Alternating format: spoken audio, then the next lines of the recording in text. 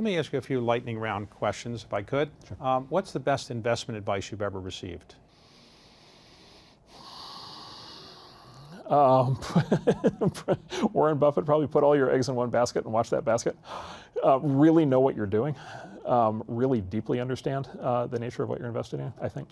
What's the most common investment mistake that you observe? I think it's the opposite of that. I think it's people basically, they read about something in the paper, see it on TV, and take a flyer without deeply understanding it. If I gave you $100,000 tomorrow, what would you do with it? Put it in an S&P 500 index fund. Don't get fancy.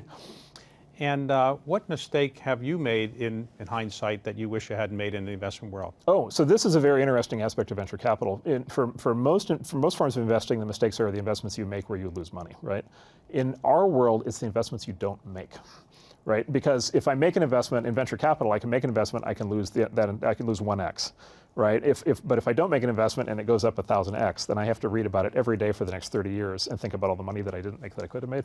And so all of the big mistakes in my world are mistakes of commission. They're mistakes of not making the investment. So the pleasure of being a successful venture capitalist is what? You enjoy building a company from scratch, or at least helping somebody build it. Is that the great pleasure of being a venture capitalist? Yeah, you get to be part of the team.